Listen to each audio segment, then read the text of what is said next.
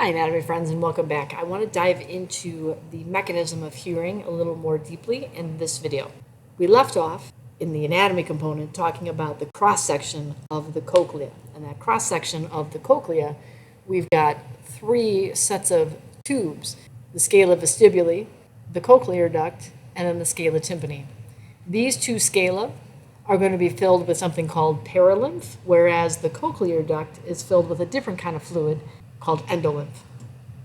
Suffice it to say, what we're going to be talking about is you've got your sound waves that are going to have this sine, cosine, whatever type of effect to them, and they are going to travel through the external acoustic meatus, external auditory canal, whatever you want to call it, but it's going to be the canal in your ears. And it's going to have these sound waves, and they're going to hit the tympanic membrane, and it's going to be a bouncy, bouncy, bouncy, bouncy, bouncy. On the flip side of the tympanic membrane, you've got your three ossicles that are going to end up doing jiggle, jiggle, jiggle, jiggle, jiggle. And then when you get to the stapes, where the oval window is at, the stapes is actually up against this fluid-filled membrane area of the scala vestibuli, and it's going to cause ripple, ripple, ripple, ripple, ripple, all the way up the length of the cochlea, depending on the pitch of the sound. The next image is going to give you a bit more detailed vision of what's going on. To start with, over here, we've got the ear canal, which, gross, let's call it the external acoustic meatus, or if you prefer, the external auditory canal, that's fine, but I don't like ear canal. The external acoustic meatus is going to collect the sound from the pinna. The pinna is going to collect it down, and we're going to go through and we're going to hit, it's supposed to be the tympanic membrane. We're smarter than this image. So tympanic membrane, which is then connected to the malleus, and then the incus, and then the stapes, those three ossicles that are going to go jiggle, jiggle, jiggle, jiggle. Then we've got our oval window, which is going to be that gap that the stapes is going to be snug up into, because there's a membrane-filled tunnel, if you will, called they call it the vestibular canal. We called it scala vestibuli. And scala vestibuli, remember, was this top portion here. Okay, so that's what the oval window and the stapes are pushing up against. And so as the ossicles are going jiggle, jiggle, jiggle, now we've got ripple, ripple, ripple going up the scala vestibuli. Well, if we see the progression here, if we're going to have ripple, ripple, ripple of this perilymph, there's going to be a bouncy, bouncy, bouncy on the vestibular membrane, which is then going to be transferred into the endolymph of the cochlear duct. So we're going to have ripple, ripple, ripple that goes down and hits the basilar membrane, and the basilar membrane will not go bouncy, bouncy, bouncy, bouncy, bouncy. But in this basilar membrane, we've got these organ of Corti with these hair cells that are going to go banga, banga, banga, banga, banga up against the tectorial membrane. At the same time, the basilar membrane is like rocking these hair cells up into the tectorial membrane. We're also going to have more bouncy, bouncy, bouncy down into scala tympani, so that we have a little bit of leftover ripple happening in the perilymph of scala tympani. Okay, so you've got to understand that what's happening in scala vestibuli is going to be displaced all the way through those three sections. So if we come back to our little arrangement here, we have to say the scala vestibuli, having the ripple, ripple, ripple, is then going to end up with the vestibular membrane go bouncy, bouncy, bouncy. And if the vestibular membrane goes bouncy, bouncy, bouncy, then there's going to be a new ripple in the cochlear duct. And that cochlear duct then, ripple, ripple, ripple, is going to move down, and it's going to have an effect on the basilar membrane. And the basilar membrane going bouncy, bouncy is going to have two things happen simultaneously. Number one, the organ of Corti is going to end up going a banga, banga, banga, banga, banga up into the tectorial membrane. At the same time, though, with that basilar membrane going bouncy, bouncy, bouncy, bouncy, bouncy, we are also going to feel new ripples in what they label the tympanic canal, which is the scala tympani, and there's going to be some residual ripples that are going to be in scala tympani, which I will come back to. But remember, our tectorial membrane is stable, and these hair cells are going to be bouncing up into, here's our hair cells, bouncing up into the tectorial membrane, which is going to initiate action potentials that are going to be collected or sent down these nerve fibers. And remember, the nerve fibers were all of these guys, right? These nerve fibers from the hair cells, which then are going to be collected and transmitted through the cochlear half of the vestibulocochlear nerve. Cool. Well then, what about all this residual ripple that's happening in scala tympani? All the residual ripple in scala tympani is going to end up at the round window, and then all that residual ripple is going to turn into residual vibration that goes back to the middle ear. Another structure that has to be mentioned, though, is this eustachian tube.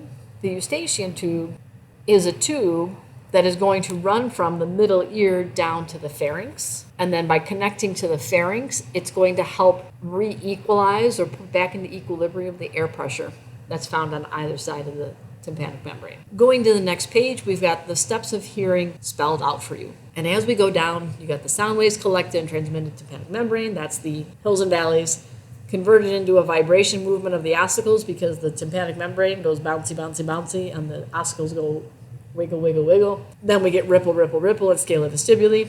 Then we have movements of the vestibular membrane, moving the basilar membrane, and then shaking the hair cells around. What I want to go to in step 6 is that the section of basilar membrane, like where the location in cochlea is going to determine the pitch of the sound. Okay, where is that tectorial membrane? Which hair cells are being slammed into the tectorial membrane? That's going to be the pitch of the sound. So that's where am I in the shell. The more aggressive those hair cells are slammed into the tectorial membrane, meaning the more hair cells that are bent, that's going to be the volume of the sound. So the more forceful the hair cells that are slammed, that is going to be the volume of the sound.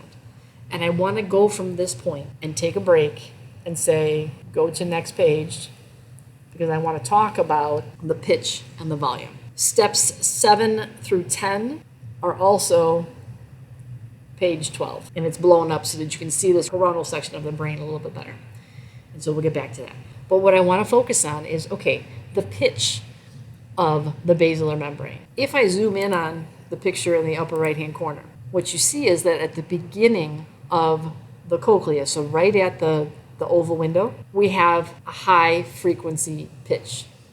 High frequency pitch means it's the high sounding ones. And then as you go up the cochlea to the tip of it, you get the lowest frequencies, which are the lowest pitch sounds. Now, I caution you in that having the cochlea arranged the way that it is means that for those of you who really like bass in your music, you will crank that music so you get that bass. And in order for the bass to be detected, it has to travel all the way up the cochlea. But with the volume that this is usually played at, the beginning of your cochlea at the oval window, you are pretty much abusing the hair cells of those regions.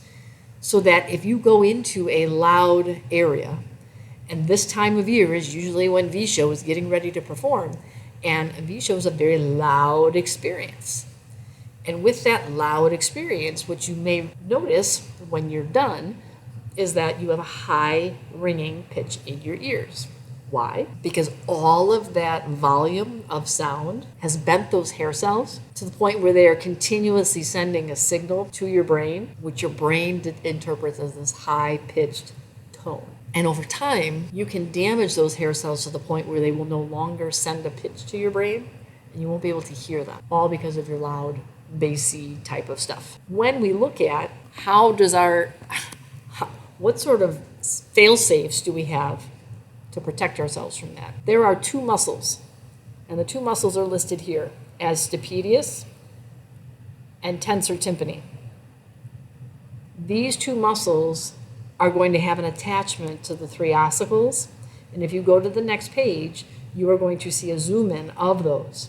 Those 2 muscles, we've got tensor tympani here, and you can see that it is going to connect to malleus, and then you have stapedius muscle, which is going to connect to the back end of incus and then the stapes. What's the point of these muscles? The point of these muscles is that if you are in a loud environment, that volume is going to be directed to the brain, and the brain has an area in the pons that says, nope, we're going to send signals to these two muscles to contract. And if we contract these muscles, those ossicles are not going to be able to jiggle as vigorously. And if they're not able to jiggle as vigorously, then we won't have as much ripple effect in the paralymph scale of vestibule. With VSHO and other loud playing things, we get to a point where you're louder than what these muscles can handle. My first time going to VSHO, I was not prepared for the experience. And when I came out, I felt like my ears were throbbing. And that throbbing was those muscles being so tired from being contracted the entire time that they had built up lactic acid and they were exhausted. So now, every time I go to VSHO, and you will expect it this time too, is that you will see me with my sound dampening Bose earphones, or maybe now my AirPods, or maybe both, because with those, I actually get a very pleasant level of volume for the show. I'll also have my sunglasses on because all of the strobe lights, kind of rough for my retinas. So yes, that's how I will experience the show. So now going back to steps 7 through 10. I talked about how it is that we are going to protect our ears, but then now this signal, where is it going to go? All of our primary neurons that are coming from the cochlea themselves are going to become the cochlear half of the vestibulocochlear nerve, and they're going to go to the medulla oblongata. Remember, that's the bottommost portion of the brainstem. In the medulla oblongata, we then have synapses where we have secondary neurons that can go up to the pons. Reflex for volume dampening. This is going to go to those two muscles. What muscles were they? Tensor tympani and stapedius. We have other secondary neurons that are going to go to the inferior colliculi. And remember, the inferior colliculi, we're going to communicate with the superior colliculi for hearing and visual reflexes. When I hear a sound, I look to see where the sound came from. When I'm looking at something happening and I want to focus in on the sound that goes with it, the fact that I'm looking at an area will then have the ears taking the hearing or the sounds from that area and kind of dampening out the other ones that we don't want to worry about. From the inferior colliculi, going up to the superior colliculi, or it can go up to the thalamus. From the thalamus is where we are going to go to the auditory cortex of the temporal lobe. Okay, so we're going to end up over in this area of the temporal lobe. That'll do it for the more details about hearing that I would like you to be concerned with for this unit. The next video will focus on the balance and equilibrium components. Thanks for watching. I hope that was helpful.